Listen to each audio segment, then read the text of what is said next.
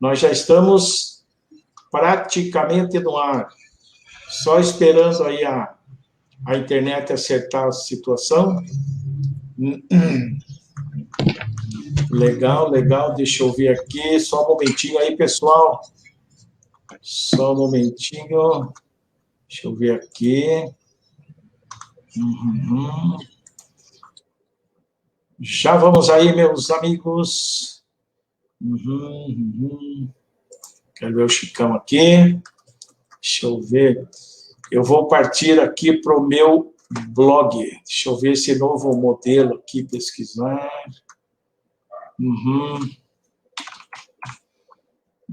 Tá aqui. Só um momentinho aí, tá legal? Que nós já estamos entrando aí. Já estamos no ar. Já estamos no ar aí e nós vamos já compartilhar aqui para as outras páginas também, né? Aí, pessoal, boa noite.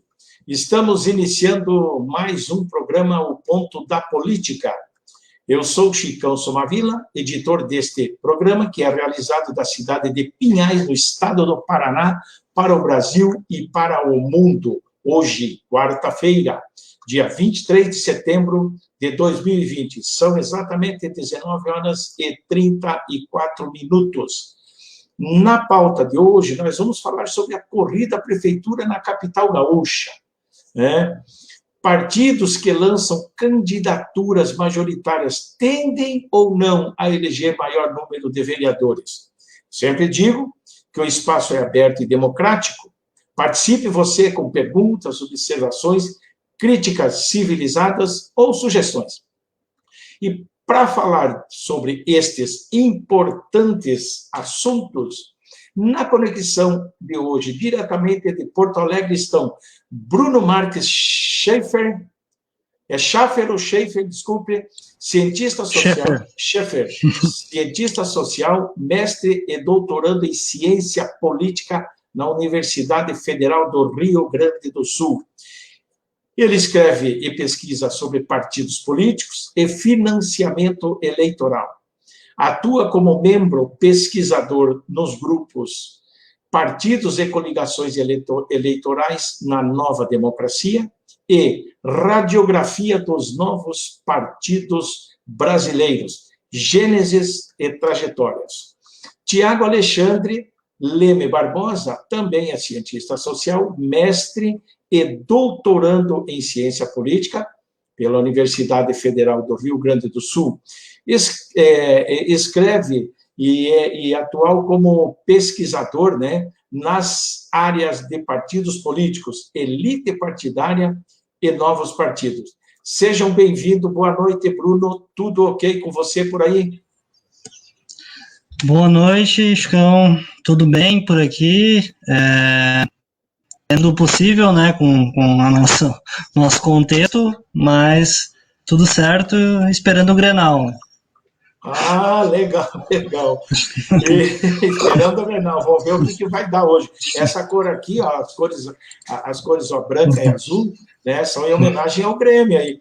E o Tiago está também conosco aí. Boa noite, Tiago. Acertou a conexão aí já?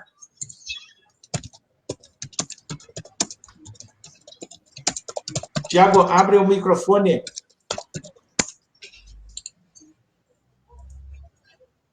Tiago, você tem que clicar no ícone e abrir teu microfone. Tá legal aí? Acho que deu uma travada. Aí, lá ele abriu o microfone. Tiago, tudo bem com você? Tá nos ouvindo? Faz um sinal de positivo. Pelo jeito, travou lá. Enquanto isso, então, nós vamos seguindo até ele já se ajeita lá. Não é mesmo, Bruno? Certo. Então, e para esquentar os tamborins, Bruno, eu vou pedir para você fazer aí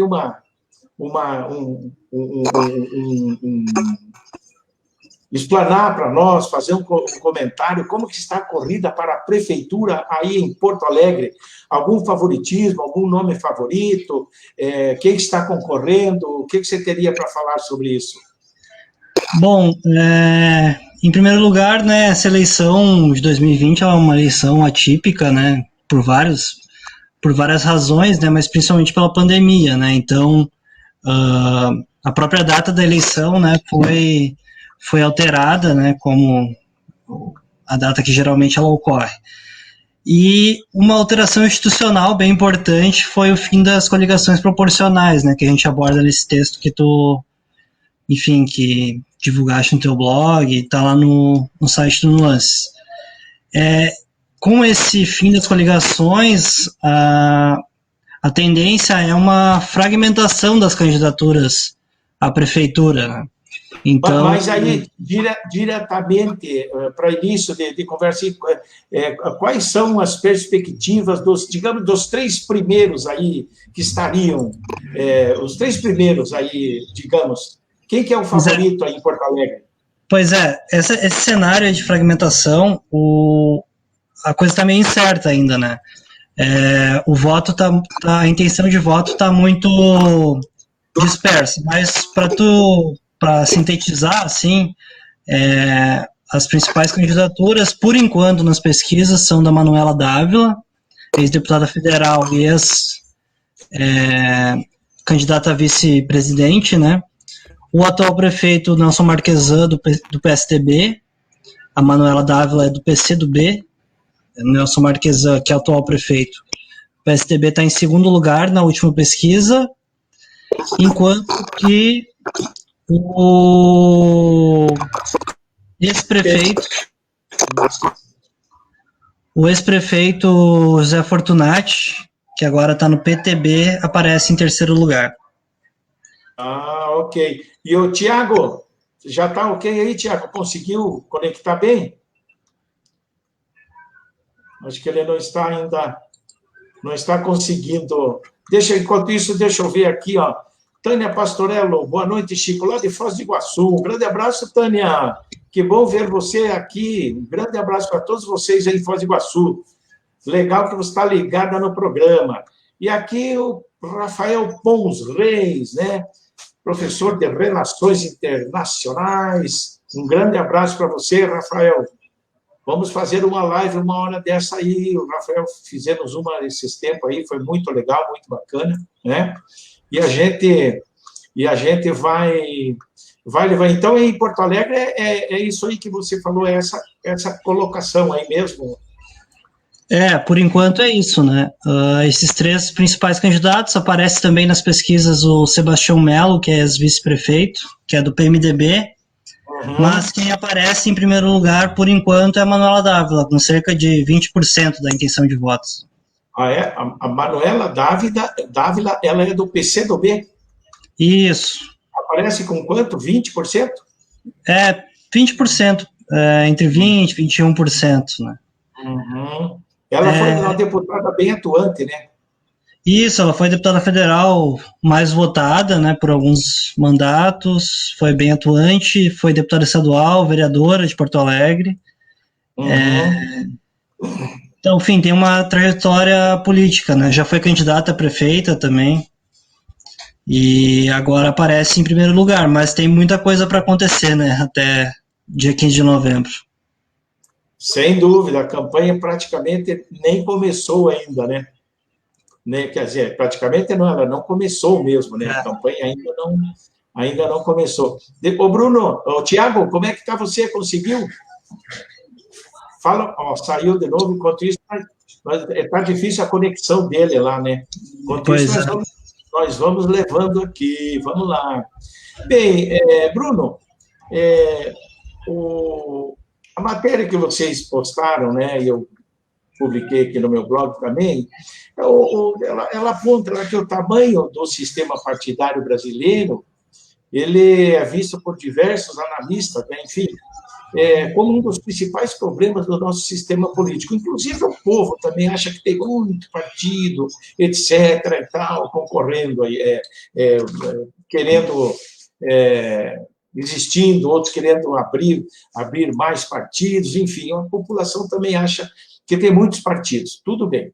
Em 2017, o Congresso Nacional aprovou a reforma política, né, naquela emenda constitucional, né, 97, e lei número 3.488, para atacar essa grande fragmentação do sistema político brasileiro. Então, eu pergunto, quais foram estas medidas tomadas e elas provocam ou provocaram mais impactos para os partidos políticos, para a sociedade ou para ambos? Por quê? Aonde elas provocaram mais impacto?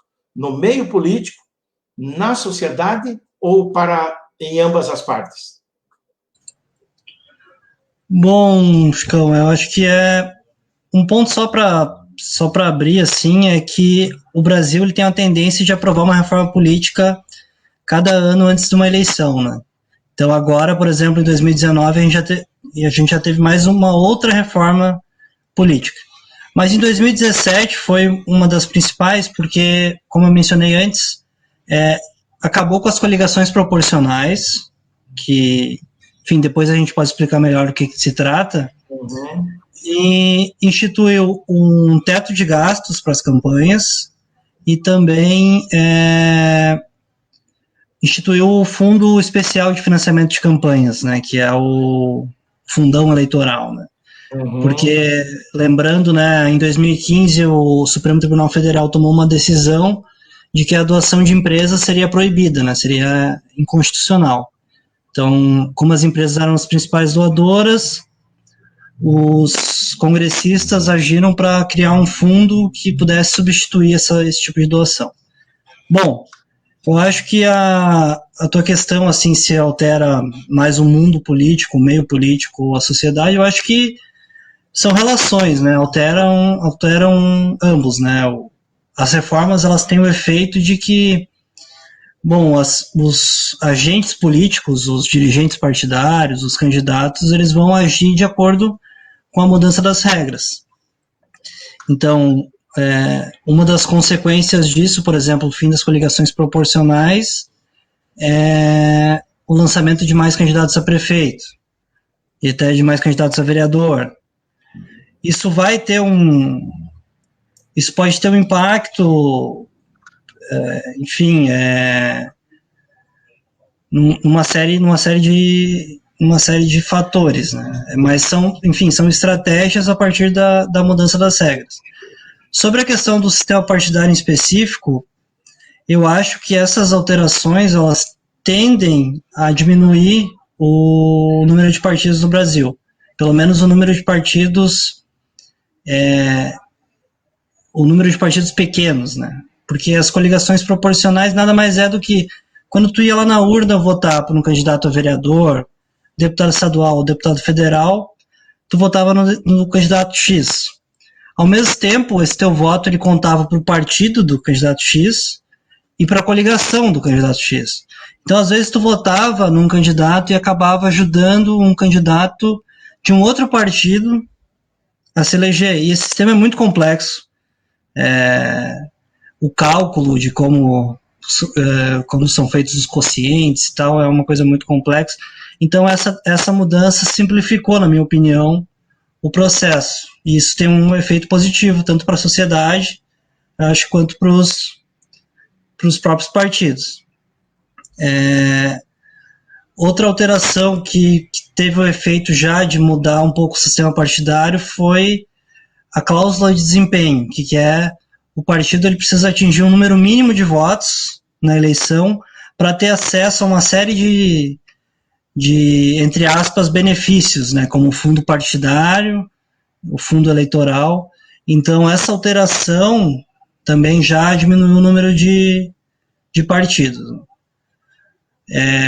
Eu acho que, nesse sentido, as alterações elas são positivas. Agora, elas não atacam outros problemas, né, que a gente pode discutir depois também. Tá sem o microfone. E o Tiago está não está conseguindo falar, mas vamos indo, vamos para frente. Pois é, e quais as ações que você acha que os partidos políticos devem tomar para se adaptar a essas novas regras, enfim, que estão tomando, o que eles têm obrigatoriamente que tomar, né? Quais essas ações a fim de conseguir espaço na arena eleitoral, ou seja, na disputa à vereança, digamos assim, ou ao legislativo, no caso de, né, vereador, deputado, enfim, né? Ou, no mínimo, então, para eles manterem o que já têm. Qual que é a alternativa? Qual que é a saída para esses partidos dessas novas regras? Eu acho que são várias questões, né? Eu acho que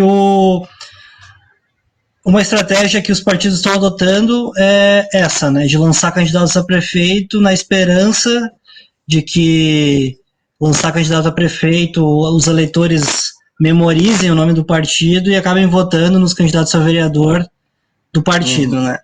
O que a gente demonstra no na nossa matéria lá que não é bem assim, né? Não é esse efeito, ele não é mágico desse jeito que as pessoas acreditam.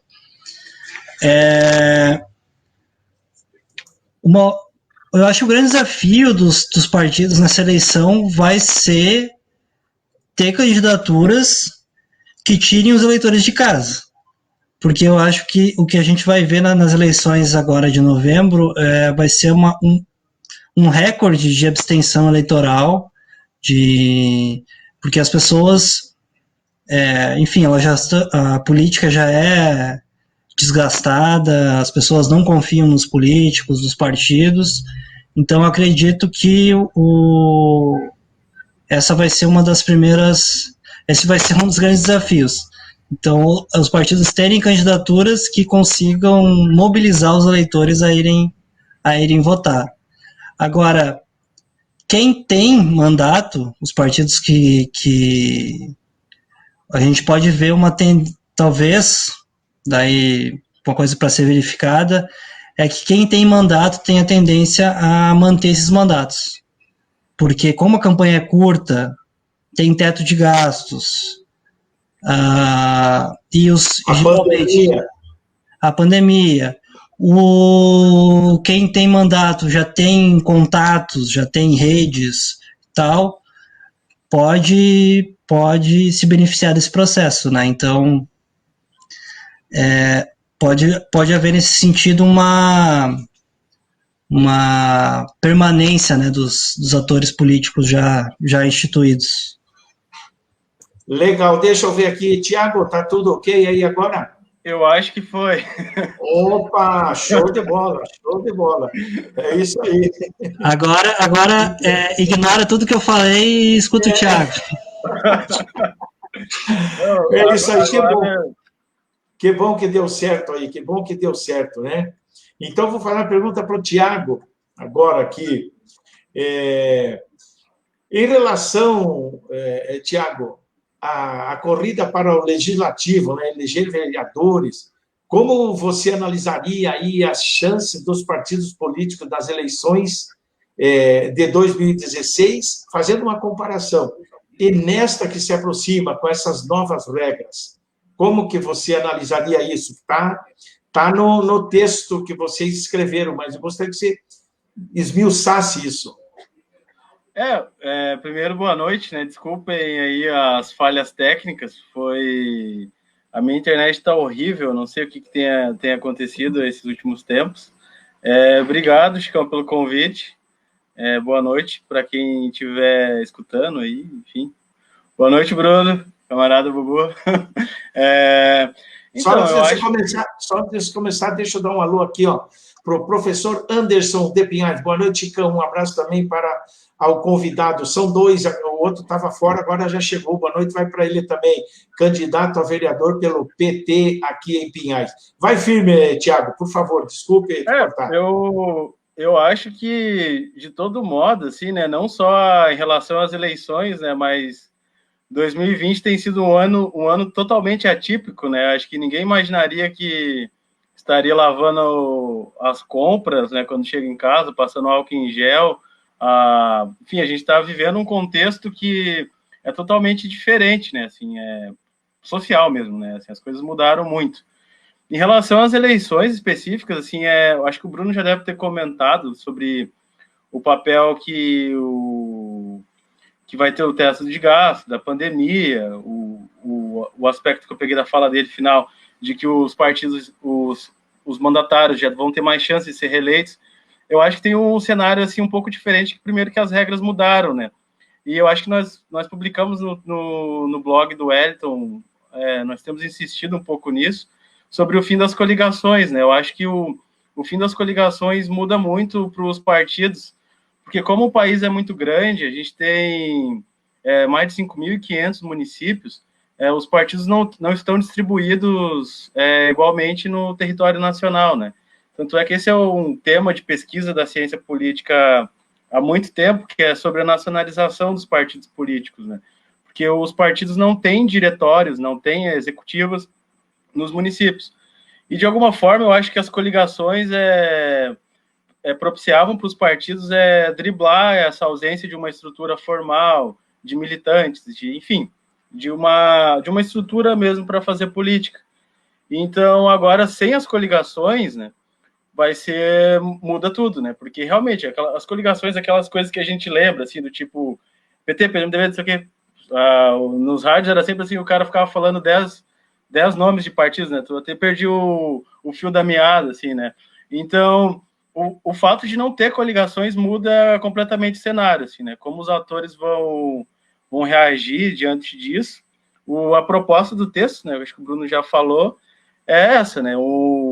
Minimamente, quando tu lança um candidato a prefeito, tu reforça no eleitorado, de alguma medida, a imagem do partido, né? As pessoas passam a reconhecer o teu partido. Então, pode ser uma estratégia, né?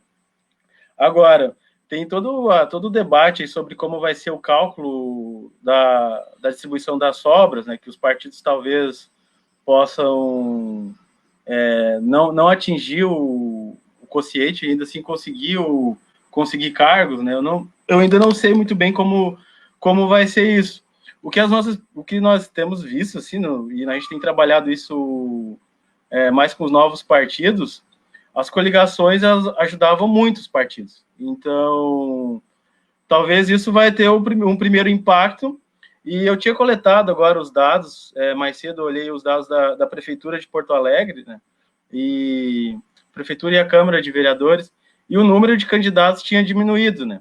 Apesar que ainda não acabou o prazo, né? Que o prazo final das candidaturas é dia 26, né?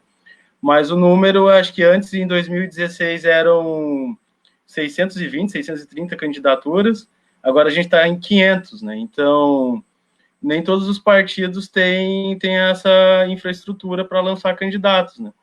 Então, eu acho que o principal desafio é esse, né? E, além disso, e talvez eu acho que os partidos já estão se adaptando, o cenário da pandemia vai deslocar a disputa para a internet, né? E como a gente já viu na eleição presidencial de 2018, o papel que a internet teve na disputa, o uso do WhatsApp, o uso do Twitter, o uso dessas redes sociais, que a gente vai ter que ver como os partidos vão lidar com isso, né? E, de uma forma geral, os partidos menores, eles têm menos dinheiro, né? O acesso não sei se o Bruno chegou a comentar, desculpa falar isso de novo, porque a maior parte dos recursos dos partidos... Fica tranquilo, não esquenta a cabeça. Tá. A maior parte dos recursos dos partidos vem do fundo partidário, né? Então, os militantes no Brasil contribuem muito pouco para os recursos financeiros. Então, assim, vai ter uma dificuldade maior, assim, enfim, a campanha hoje ela é profissional, né? A gente tem que entender que os partidos precisam ter profissionais para fazer campanha, fazer vídeo, fazer jingle, essas coisas todas. Então, eu apostaria que o efeito da regra, que era diminuir o tamanho do sistema partidário, eu acho que vai acontecer, né? Porque, primeiro, o PCdoB já se fundiu com o PPL, eu acho, né? Então, eu acho que alguns partidos vão se fundir, a tendência vai ser o sistema partidário talvez reduzir, né? Reduzir de tamanho por conta disso. Então, resumindo, sem ter dito muita coisa, talvez um pouco obviedade, eu acho que essa eleição vai ser muito boa para os grandes partidos. Eu acho que os maiores partidos vão ter mais recursos, né? Vão poder apostar em mídias, em redes sociais, essas coisas, e talvez orientar o debate, né? Que a grande questão, que ainda sempre a gente nunca é um pouco difícil separar isso, é o aspecto que as campanhas são muito personalistas, né? Então, mesmo partidos estruturados podem ainda sofrer derrotas por candidatos outsiders ou figuras que são carismáticas, né? E essas coisas. Como a gente já está vendo, né? Porque está sendo assim, as pesquisas que eu tenho visto agora estão sendo bem interessantes, porque por um lado, os mandatários não estão conseguindo, não estão nas frentes das pesquisas, né? Eu vi, por exemplo, 2 casos, assim, Porto Alegre e São Paulo, né? O Covas, lá em São Paulo, ele está atrás do Russomano. E aqui em Porto Alegre, o Marquesan, que também é do PSDB, enfim, quase sofreu um processo de impeachment esses tempos, conseguiu reverter, mas ele também está atrás, né? Então, são coisas assim que vai ser uma eleição atípica, assim, né? Vai ser realmente Viu, Tiago? A tendência, é claro, esses candidatos, esses prefeitos que vão à reeleição, claro, o poder desgasta, né? Tem candidato aí que vai para a reeleição, etc. e tal. Mas eu queria fazer uma pergunta para os dois aí. Essa nova regra, que suprimiu as coligações proporcionais, mas, por outro lado, a impressão que dá que ela quis compensar os partidos chamados nanicos, pequenos, etc., com o novo cálculo da sobra, que os partidos, mesmo não conseguindo o quociente eleitoral, na média do cálculo da sobra, ele pode fazer um candidato em detrimento de um outro partido grande que tenha feito uma vez e meia ou 2 vezes o quociente eleitoral, né? Antes de vocês responderem, deixa eu ver aqui. João Lourenço, boa noite, Bicho. Hoje tem Palmeiras. Tem, sim, vai ganhar. Valeu. Então, quem que responde sobre essa possibilidade de compensar ou não? O Bruno aí? Vai tu, Bruno. Vocês que viram, Tá, vou responder depois. Se eu falar muita besteira, o Thiago me corrige. Eu acho que tu tem razão, Chicão. Eu acho que é uma forma de compensação, mas mesmo com a regra das sobras, eu acho que o efeito ainda vai ser grande do fim das coligações proporcionais, né? Como o Thiago mencionou, a gente estuda no nosso grupo aqui na URGS novos partidos, e para os novos partidos, surgiram depois dos governos do PT, as coligações foram decisivas para esses partidos terem alguma relevância eleitoral. Se não existissem coligações, esses partidos provavelmente seriam mais efêmeros, né? Agora, tem o efeito, né, que os partidos menores podem se aproveitar, mas sempre fizeram isso com ou sem coligações, que é o lançamento de candidatos, digamos, de fora da política, que possam, enfim, apresentadores de televisão, de rádio, esses outsiders que podem ajudar o partido a vencer o quociente eleitoral, né? Não sei se o Thiago quer complementar alguma coisa. Alguma coisa a acrescentar, Thiago? Concordo com o que o Bruno disse, assim. E eu acho que essa vai ser realmente a estratégia, né? Porque as eleições, assim, do ponto de vista acadêmico, assim, né? É um campo de pesquisa muito intenso, assim. Existem várias teses que explicam resultados de eleições, assim. um conjunto de variáveis que são elencadas sempre pelos pesquisadores, né? Então é muito difícil assim dar uma resposta do tipo assim, esse fator vai ser determinante, né? E como as regras no Brasil elas mudam muito, né?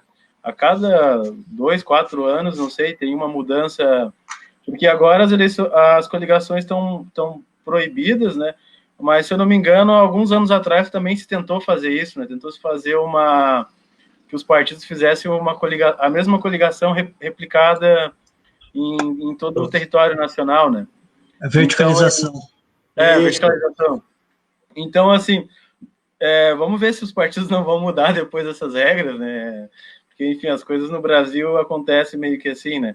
Mas eu concordo com o Bruno, eu acho que a estratégia vai ser isso, vai ser investir provavelmente em candidatos carismáticos, apresentadores de TV, essas coisas. Perfeito. Quem está nos acompanhando também é o investigador Vladimir, candidato a prefeito pelo PT aqui no município de Pinhais. Obrigado pela presença aí, investigador doutor Vladimir, advogado, policial civil. Estava naquela lista lá do Bozo, aquela lista lá dos... persiga os antifascistas aí e tal. Ele encarou e está fazendo a parte dele aí. Então, vamos aqui. E o chamado, que nós estávamos falando agora há pouco, vamos entrar aqui. Por exemplo, o chamado bom devoto, né? Tipo Enéas, Tiririca, né? Aqueles que carregavam outros tantos aí nas costas, ainda pode ser útil nessas novas regras ou não? Sim, com certeza, com certeza. Tem candidatos. É muito raro, né? Isso é muito mais raro do que geralmente a mídia coloca. Um candidato sozinho fazer o quociente eleitoral, ou mais de uma vez o quociente eleitoral, né? São pouquíssimos Enéas na história do Brasil. Né? Então, mas sim, eu acho que é uma estratégia que vai ser usada na medida do possível, né? Um fenômeno que vai ser interessante, que já se observa já se observa há algum tempo, né? Por exemplo, candidaturas religiosas, né? Que vão poder utilizar de um recurso para campanhas que é a própria atuação, a própria congregação, né? Como um ativo eleitoral. Então, provavelmente vai ser um investimento, né, de alguns dos partidos. Mas para conter esse tipo de situação, desses bons devotos, levar um monte de gente, a nova regra eleitoral exige que o candidato do determinado partido tenha que ter conseguido, no mínimo, 10% do quociente eleitoral. Isso serve como uma barreira ou é apenas uma perfumaria nessa situação aí? Serviria como uma barreira para conter digamos assim, a candidatura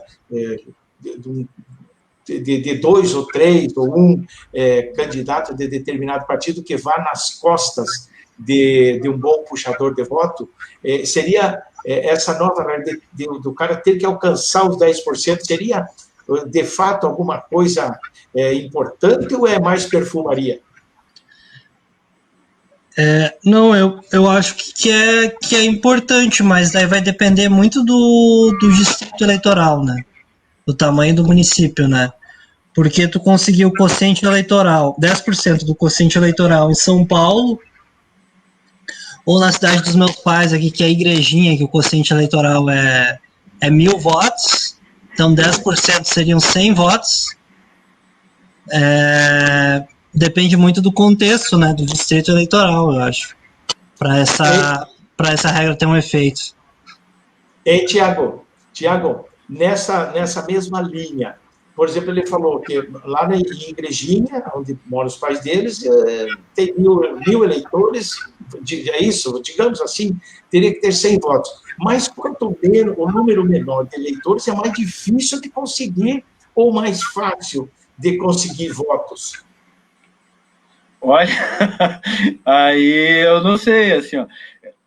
Na literatura, assim, o que se coloca que quanto maior o número de cadeiras, né, quanto maior o número de cadeiras em disputa, mais fácil é a entrada, né, mesmo de quem está de fora, de partidos que estão surgindo. Agora, porque tem uma questão, assim, porque a votação, né, porque na ciência política americana que se chama de incumbent, né, que é o mandatário, né, a votação, assim, uma vez que o parlamentar está eleito, assim, é muito difícil ele perder o eleitorado, né? Só quando acontece realmente alguma coisa muito catastrófica ou quando o cara realmente não trabalha, assim, né? Então, nesse caso, assim, eu acho que o tamanho talvez seja parecido o efeito, né? Intuitivamente, eu diria que um município menor é mais fácil de fazer campanha, né? Que se tu vai gastar menos, né? Fazer campanha, entregar panfleto em igrejinha é mais fácil do que entregar em São Paulo, né? Que é uma cidade muito maior, que tem muito mais eleitores e tudo mais. Eu não sei qual que seria a direção dessa relação entre as duas coisas, assim. Eu acho realmente não... Fico na dúvida aí. Pois é uma dúvida mesmo, hein, Bruno? Porque, veja só, lá em Igrejinha, vamos pegar a Igrejinha, lá na cidade que o Bruno deu de exemplo aí. O cara sai, é mais fácil de entregar panfleto, eu vou a pé, de bicicleta, de skate, de carro, mas daí todo mundo pode fazer a mesma coisa, né? Todos os candidatos vão poder fazer a mesma coisa. Eu realmente, sabe que isso aí é até um objeto de pesquisa futura, né? Para ver sobre isso, para ver o quê, né? Então, o que você acha, Bruno? É mais fácil? É mais fácil para todo mundo ou é difícil para um e fácil para outro num município pequeno? Eu acho que vai depender muito, né? Vai depender das estratégias, né? O que eu acho que o Thiago falou, né? É o que, enfim, a literatura coloca, né? Tem alguns outros estudos sobre financiamento que tentam separar, por exemplo, o que seria uma campanha moderna e o que seria uma campanha tradicional, né? Uma campanha moderna, enfim, investimento em site, em impulsionamento digital, e uma campanha tradicional é contratar cabos eleitorais, e, enfim, né, coisas que a gente conhece. Agora, o efeito de uma campanha moderna, de gastar em uma campanha moderna, ele aumenta na medida em que aumenta o número de eleitores. Então, vai... Enfim, eu acho que vai depender muito das estratégias dos candidatos, né? Como tu falou, talvez, realmente, se é fácil para um, é fácil para todo mundo, mas não é todo mundo que sabe usar as ferramentas, não é todo mundo que sabe fazer campanha. Realmente, porque a campanha ela pode ser, sei lá, pode ser segmentada, ou seja, pode atingir certos segmentos da sociedade, da localidade, e pode ser uma campanha já abrangendo todo mundo, né? Então fica bastante difícil, realmente, mas eu acredito que uma pesquisa nisso aí dê bons resultados. Deixa eu fazer uma coisa. Quer falar alguma coisa, Tiago? Não, eu concordo, só que daí se a gente for falar de pesquisa acadêmica aqui, a gente não para nunca. Não, sem dúvida. E vocês são os profissionais dessa área, né? Sem dúvida. Seguinte, mas antes da gente continuar com o papo aí, a que vocês atribuem essa maior aceitação da Manuela Dávila aí em Porto Alegre, Tiago? O que você poderia atribuir essa maior, que o Bruno disse que ela está praticamente 20%, é início ainda, nem começou a campanha, mas o que atribui isso? É a pessoa dela, personalismo, as propostas, o partido, o desempenho que ela teve como deputada, ou a questão que ela saiu vice do Haddad? A que você atribuiria isso, se é possível atribuir alguma coisa, né? A campanha ainda nem começou, né? É um pouco difícil. Eu acho que teria um conjunto de fatores, né?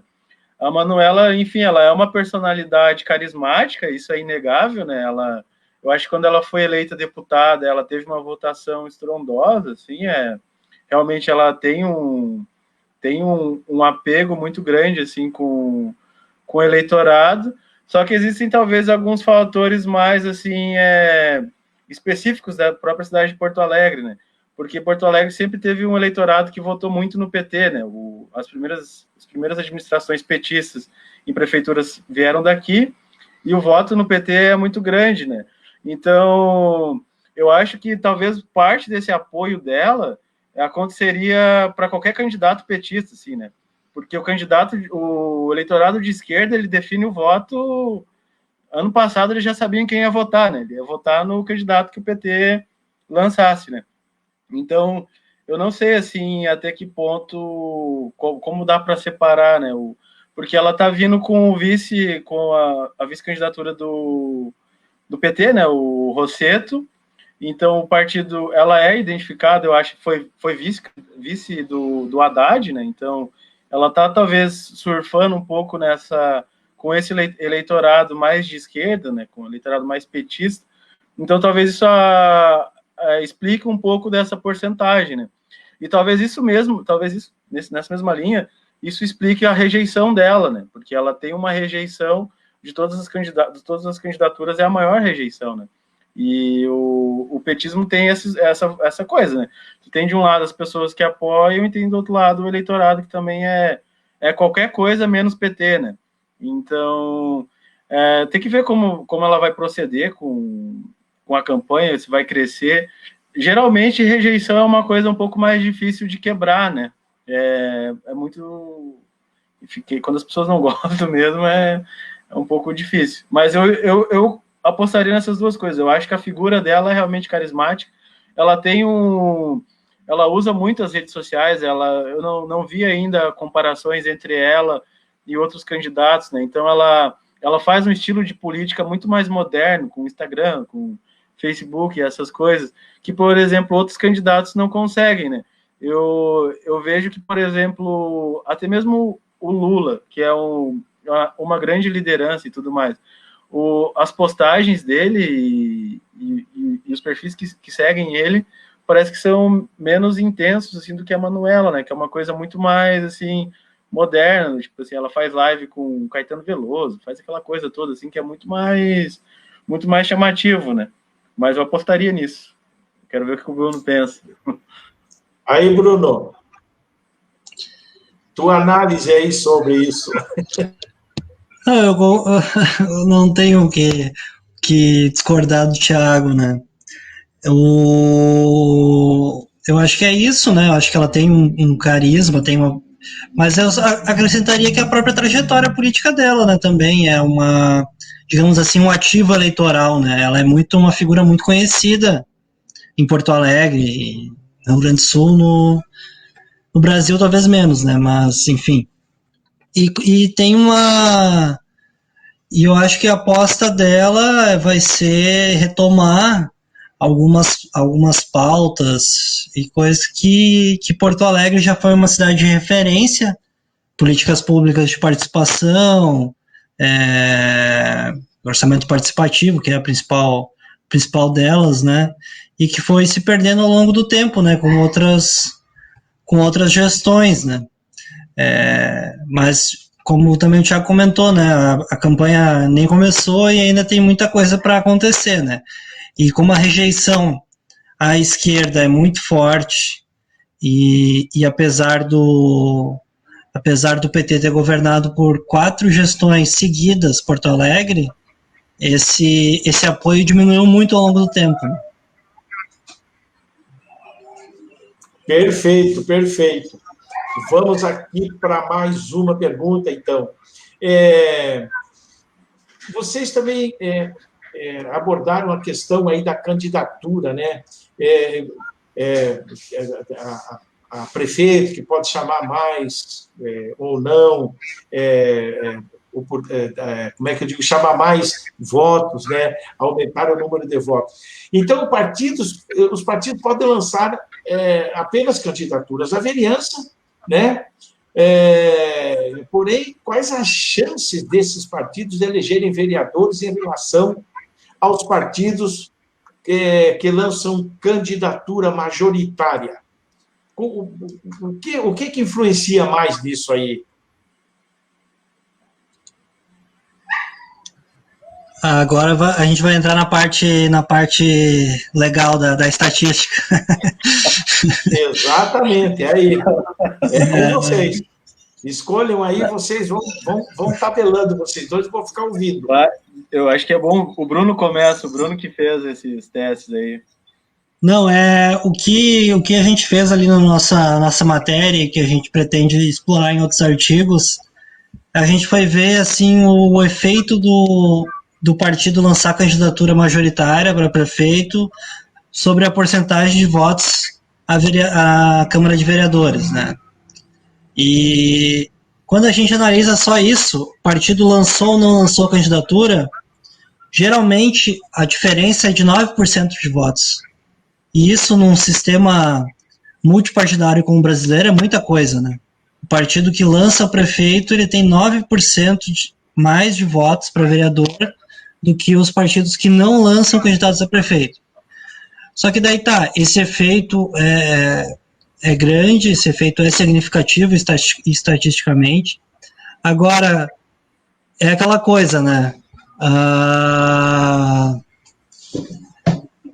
Quando tu vai testar alguma relação de causalidade, que uma coisa causa a outra, tem que levar em conta que podem existir outros fatores afetando aquele resultado.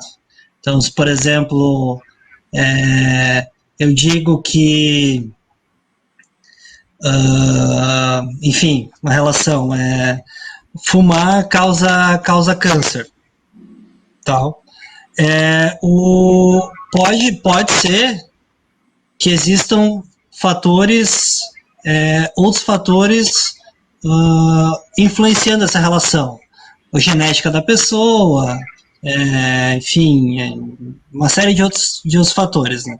Que a gente chama geralmente na estatística de controle. São variáveis de controle. Controlando por essas variáveis, ver quanto que é o real efeito de fumar câncer de pulmão.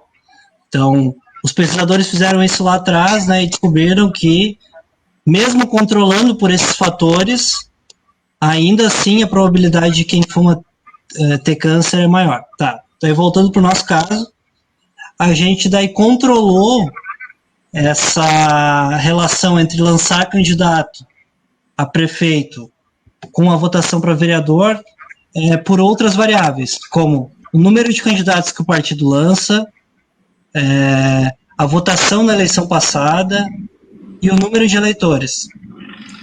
E quando a gente faz isso, a gente descobriu que o efeito de lançar candidatura majoritária é de só 1%.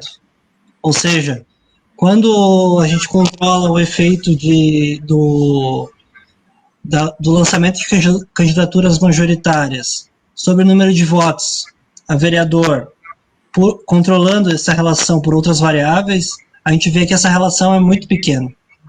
Então a gente precisa fazer mais testes, né, para ver, mas isso dá um indicativo de que não é uma coisa mágica, né? Não vai ser os partidos lançarem mais candidatos a prefeito que necessariamente vão ter mais votos a vereador. É isso mesmo, Tiago? Lançar mais candidatos à vereança é mais importante quer dizer, garante mais votos do que lançar uma candidatura a prefeito apenas para tentar chamar voto? Olha aqui, ó, Roberta Rezende, parabéns, Bruno e Tiago, pelo debate. Legal. Valeu, Roberto. Não, eu acho que o Bruno tem razão, como ele explicou, como tenta se estabelecer a causalidade, né, entre as variáveis, né, que podem ter outros efeitos, né, a votação do partido, e todas essas coisas, né? Então, por mais que controlando por esses outros fatores, a porcentagem cai a 1%, né? O efeito da variável, eu acho que ainda tende a ser o mais relevante, né? Porque geralmente partidos que lançam candidatos a prefeito, né? Eles tendem a ser acho que geram maior identificação no eleitorado, né? Eu acho que cria-se uma imagem no eleitorado diferente. Apesar que muitos partidos, assim, pensando a nível federal, né? Alguns partidos importantes, né? Não lançam candidatos a presidente, né? Pensando no qual que é a lógica do sistema federalista, né? Que o município é uma réplica do que acontece na federação, né? Onde tem o prefeito seria a figura do presidente da república, né? Porque se tu olhar assim para os partidos nacionalmente, lançar candidato a presidente é uma coisa que marca o partido, né? Tu ter uma candidatura própria do partido cria uma certa entidade. Assim como, por exemplo, o PT sempre apostou nisso. Os partidos de esquerda apostam muito nisso, né? O PSOL sempre lançou candidatos, né? Então, criar no eleitorado essa imagem, assim, de que existe um partido. Enquanto outros partidos, que talvez tenham realmente a coisa seja mais complexa, outros partidos que não lançam candidatos a prefeito ou essas coisas conseguem ter uma votação grande, que é o caso do PMDB, né? O PMDB nacionalmente nunca investiu muito numa candidatura presidencial, só que ao mesmo tempo foi durante muito tempo, ou ainda é, o partido que precisa ter o PMDB para governar, né? Porque eles têm um nível elege muitos deputados, elege muitas outras coisas, assim, né? Então, realmente, eu acho que a gente ainda vai ter que aprimorar essa pesquisa, inserir outras variáveis no modelo para ver, né? Eu acho que, como o Bruno falou, é um estudo ainda exploratório, a gente ainda está começando a destrinchar esses dados, né? Legal, nós estamos quase 1 hora de programa aí. O seguinte, eu vou fazer uma pergunta assim, fora do roteiro, vamos dizer assim. Rapidamente, assim, não precisa se aprofundar. O que vocês acharam do discurso do presidente Bolsonaro na ONU? Ele foi honesto ou foi um mentiroso? Ou foi mais ou menos? Bruno, começa aí. Olha, para ser sincero, eu não vi o discurso, né? Então, talvez não possa comentar. Só li repercussões, né, em algumas das afirmações e esses sites de checagem de fatos, né? Mas eu acho que para quem acompanha minimamente a política não tem nada de novo, né? O que ele falou, o que ele defendeu e desinformou, acho que não tem muita novidade, assim. Está na linha mesmo que sempre vem. E você, Tiago? Não, eu acho que realmente não surpreende, assim, né? Eu não sei se isso é bom ou ruim, o fato de a gente não ficar mais surpreso, né?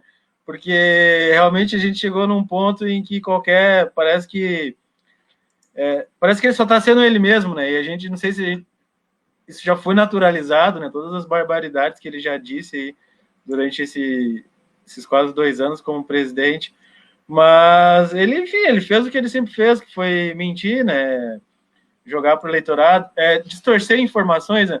E nisso tem que se reconhecer que é uma estratégia muito interessante, né? Como ele estrutura isso, né? Que eu vi, por exemplo, a questão do auxílio emergencial, né? Que ele disse assim, não, eu dei $1.000, né? Quase $1.000. E daí as pessoas imediatamente disseram, não, foi R$600 só. Mas não, daí depois eu vi na página, eu sigo a página do Planalto, eu vejo sempre, não sei porquê, mas aí eu vi que a página do Planalto soltou um cálculo explicando o que o Bolsonaro quis dizer. E daí era assim, do tipo, 5 parcelas de 600, eu não me lembro, mais tantas de 300 igual tantos dólares. Né? Ou seja, assim, a rigor ele não mentiu, né? Ele deu... Só que ele induz, né? Ele vai fazendo essa coisa e nada é culpa dele, né? Enfim, o de sempre, né? Não tem nada a acrescentar é difícil. Mas legal. Legal, nós estamos chegando. Deixa aqui um comentário, quem que vem aqui. Cleomar Macedo, boa noite, Chicão, lá de Piraquara. Um grande abraço para você, Cleomar. Obrigado pela presença aí. E a gente pede aí, pessoal, vocês possam compartilhar aí a nossa live, né? Para que mais pessoas conheçam o nosso trabalho e também, evidentemente, os comentários, as colocações, né? As falas dos nossos convidados, né? E nós estamos aqui chegando ao final do programa. Eu pediria para que vocês fizessem as considerações finais, pedindo que o Bruno, então, faça as suas considerações finais, que ele abriu o programa, e o Tiago fecha com as considerações finais dele daí. Tá ok, Bruno? Certo. Não, eu quero só agradecer o convite, né? Acho que foi um papo bem legal, assim, uma oportunidade para falar sobre um tema que acho que nos interessa a todos aqui, né? Que é política e também a pesquisa acadêmica, né? Que acredito que como nós, doutorandos de uma universidade pública, né, a gente tem que prestar contas do nosso trabalho para a sociedade. Então, toda oportunidade que a gente tem para falar sobre pesquisa, sobre o que a gente anda fazendo é muito importante.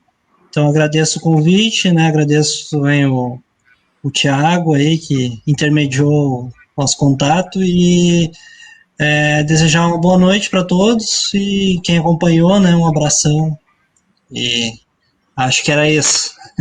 Legal, legal. Antes que eu esqueça, eu quero deixar aberto aqui o meu blog, quando vocês tiverem algum texto, alguma matéria que vocês queiram publicar, só mandar para mim, pode mandar para mim aqui, pode dar um toque, depois eu passo o meu e-mail também, pode mandar, que a gente publica aqui, certo? E também quero agradecer e dar um abraço aqui para o Wellington Nunes, meu amigo, fizemos faculdade juntos, que me indicou vocês dois aí, indicou a matéria, passou para mim, eu li, gostei muito, né? Um abração para ele. Tiago, suas considerações finais, por favor. Eu acho que eu também, não vou destoar muito do que o Bruno falou, eu acho que eu queria agradecer, Chico, o convite, né? Realmente foi o Wellington, né, que ele me contou que vocês foram colegas na Uninter, né? Uma coisa... Tu estudou com ele na graduação e eu estudei com ele no mestrado, né? Essas coisas que são muito interessantes, né? Então, eu acho que é sempre legal, né? Poder falar, assim, sobre pesquisa acadêmica, né? Ainda mais sobre eleições e isso tem um assunto que cientista político gosta de falar, ou dizer que sabe, é eleições, né? Então, eu acho que é muito legal. Agradeço o convite. Queria agradecer quem ficou aí até agora acompanhando a gente. Eu acho que é isso. Obrigado, Chico, de novo. Bruno, a gente está sempre trabalhando junto. Eu acho que só agradecer a todo mundo e desejar uma boa noite. E vamos assistir o Grenal, né? Legal. Então é o seguinte, agora eu peço que vocês façam uma pose de modelo, que eu estou fazendo uma aqui, que daí eu vou printar essa imagem para colocar dentro do meu site também, que eu vou subir depois para o YouTube também, e posto também essa matéria dentro do meu site, o www.chicãosomavila.com.br. Vamos lá, então. 3 gurizão bonito aqui. Essa vai ser a dificuldade.